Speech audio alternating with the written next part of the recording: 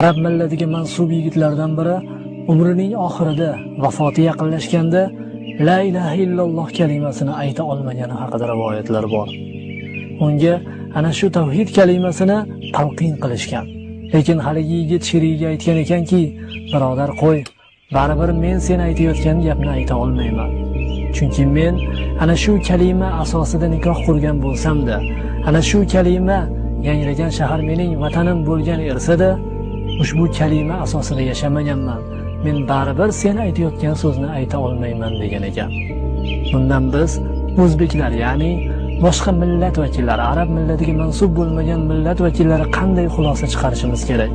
Ko'pchilik aytadi, umrimizning oxirida la ilaha illallohni aytamiz u umrimizda qanday yashashimizdan qat'iy nazar jannatga tushib ketaveramiz deb. Yo'q, arab millatiga mansub yigitki tiliga la ilaha illalloh kalimasini keltira olmayaptimi? Biz xushyor bo'laylik.